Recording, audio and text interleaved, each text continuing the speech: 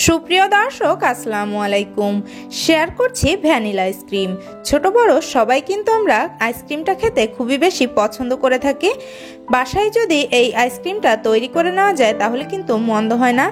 একদমই কম উপকরণে দোকানের মতন আইসক্রিম বাসাতেই তৈরি করে নেওয়া যাবে, সেই রেসিপিটাই আজ আপনাদের সাথে শেয়ার করছি। আইসক্রিম তৈরি করার জন্য প্রথমেই 2 কাপ পরিমাণে লিকুইড দুধ নিয়ে নিচ্ছি। এরপরে এখানে দিয়ে দিচ্ছি হাফ কাপের থেকে একটু কম চিনি।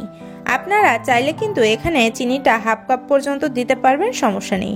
এরপরে 1 চা চামচ পরিমাণে দিয়ে দিচ্ছি কর্নফ্লাওয়ার। সবকিছু একসাথে নেড়েচেড়ে মিশিয়ে নিয়ে তারপরে চুলাটাকে অন করে দিচ্ছি।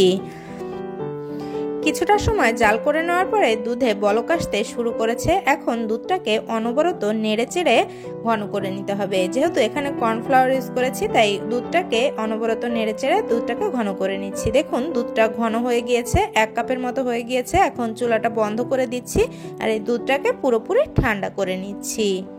এবারে এখানে 1 কাপ পরিমাণে হুইপ ক্রিম নিয়ে নিচ্ছি। ক্রিমটাকে আমি ডিপ ফ্রিজ থেকে বের করে নিয়েছি আর ঠান্ডা অবস্থাতেই কিন্তু ক্রিমটাকে বিট করে নিতে হবে। আজ আমি একটা ইলেকট্রিক বিটারের সাহায্যে ক্রিমটাকে বিট করে নিচ্ছি। আপনারা চাইলে কিন্তু এখানে ডাল ঘুটনি দিয়েও ঘুটে এই কাজটা করতে পারবেন অথবা ব্লেন্ডারের জারে দিয়েও কিন্তু ব্লেন্ড করে নিতে পারেন। বিটারের লো স্পিডে আমি ক্রিমটাকে 2 থেকে 3 মিনিট সময় পর্যন্ত বিট করে নিয়েছি। দেখুন, আর এরই মাঝে কিন্তু আমার ক্রিমটা খুব ভালোভাবে স্টিফ হয়ে গিয়েছে। এ পর্যায়ে এখন আমি বিটারটা বন্ধ করে দিচ্ছি আর দেখুন আমার ক্রিমটা এরকম হয়েছে। এখন আমি এর সাথে অন্যান্য উপকরণগুলো মিক্স করে নিচ্ছি। প্রথমেই দিয়ে দিচ্ছি 1 চা চামচ পরিমাণে ভ্যানিলা এসেন্স। এবারে এখানে দিয়ে দিচ্ছি আগে থেকে ঘন করে জাল করে রাখা সেই দুধটা কিন্তু অবশ্যই পুরোপুরি ঠান্ডা করে তারপরে এখানে ইউজ করতে হবে। এরপরে এখানে দিয়ে দিচ্ছি 1 ফোঁটা পরিমাণে অরেঞ্জ কালার। এখানে আপনারা চাইলে কিন্তু ইয়েলো ফুড কালারটাও ইউজ করতে পারেন, এটা অপশনাল। আপনারা না চাইলে কিন্তু ফুড কালারটা বাদও দিতে পারেন। এখন সবকিছু আবারও একসাথে 1 মিনিটের মতো একটু বিট করে নিচ্ছি।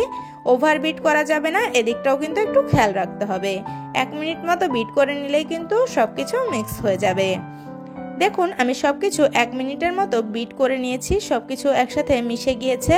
এখন আমি বিট করা থামিয়ে দিচ্ছি আর এই মিশ্রণটাকে আমি যে পাত্রে আইসক্রিমটা তৈরি করব সেই পাত্রে ঢেলে নিচ্ছি। আইসক্রিমটাকে আজ আমি এরকম একটা নর্মাল প্লাস্টিকের বাটিতে তৈরি করছি। আপনারা চাইলে অন্য যে কোনো বাটিতেই কিন্তু আইসক্রিমটাকে তৈরি করে নিতে পারবেন। এখন আইসক্রিমের মিশ্রণটাকে এই বাটিতে ঢেলে দিচ্ছি আর এই আইসক্রিমের মিশ্রণটা সম্পূর্ণ এই বাটিতে দিয়ে ওপর থেকে আমি কিছুটা লেভেল করে দিচ্ছি সমান করে। আর একটা ঢাকনা দিয়ে ঢেকে দিয়ে এই আইসক্রিমের বাটিটাকে ধরে রেখে দিব ডিপ ফ্রিজে 7 থেকে 8 ঘন্টার জন্য। আর এরই মাঝে ছোট্ট একটা অনুরোধ, আপনি যদি আমার চ্যানেলে নতুন হয়ে থাকেন প্লিজ আমার চ্যানেলটিকে সাবস্ক্রাইব করে আমার সাথেই থাকবেন। ফিরে আসলাম 8 ঘন্টা পরে আর আপনাদেরকে আমি আইসক্রিমটা তুলে দেখাচ্ছি যে আমার আইসক্রিমটা কতটা পারফেক্ট হয়েছে। আশা করছি আপনারা দেখেই বুঝতে পারছেন যে আমার আইসক্রিমটা কতটা ক্রিমি হয়েছে আর ভিতরে কিন্তু কোনো বরফও জমেনি। একদম হুবহু দোকানের মতনই আইসক্রিম তৈরি হয়েছে। আর এই আইসক্রিমটা আপনারা যে কোনো ডেজার্টের সাথেও কিন্তু সার্ভ করতে পারবেন আর এমনিতেও খেতেই পারবেন। বাসায় ট্রাই করে দেখবেন, একদম দোকানের মতন আইসক্রিম তৈরি করতে পারবেন। আর রেসিপি ভালো লাগলে প্লিজ লাইক কমেন্ট শেয়ার করতে কিন্তু ভুলবেন না। সবাই ভালো থাকবেন। আজ এ পর্যন্তই। আল্লাহ হাফেজ।